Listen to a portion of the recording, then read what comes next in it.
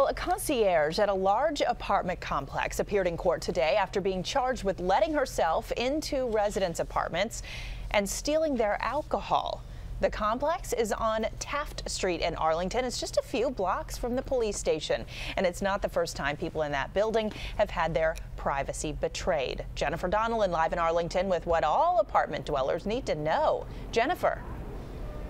Well, Allison, what is going on inside this apartment building? Behind me, as you just mentioned, we were here almost a year ago to the day after 3 women inside the Meridian Apartments reported a man breaking into their apartments and standing over them as they slept. Now an employee is charged with a felony. What can residents anywhere do to protect themselves? She is 27-year-old Brooke Krazan of Bethesda. Her job, front desk concierge at the Meridian Apartments in Arlington. In that position, she was there in part to make sure only authorized guests and work crews could access residents' apartments. Instead, police said she admitted to using a master key to let herself into a number of units. Why?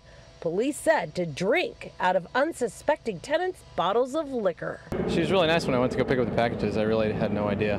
This man told us he works at the building. She was cool. I mean, I didn't have any issues with her. I mean, she was a nice girl. In his hand, his own set of keys to various units at work sites. I never suspected that she would be stealing people's liquor when there's a liquor store right downstairs. So how was this alleged thirsty burglar with a master key busted? Police said one resident noticed the liquor in her bottles was slowly vanishing. So she set up a home video camera and caught Krazan in the act. It was pretty savvy. In the D.C. metro area, apartment and condo living is a way of life for thousands upon thousands. So we called a few industry experts and asked if there was anything multiple unit building dwellers can do to protect themselves against employees with illegal motives and access to keys. The answer was most likely what you thought.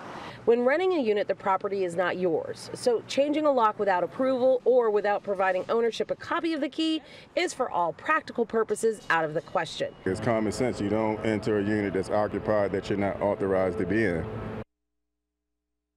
So we've talked to you about what happens if you're renting. Now, what if you own a condo?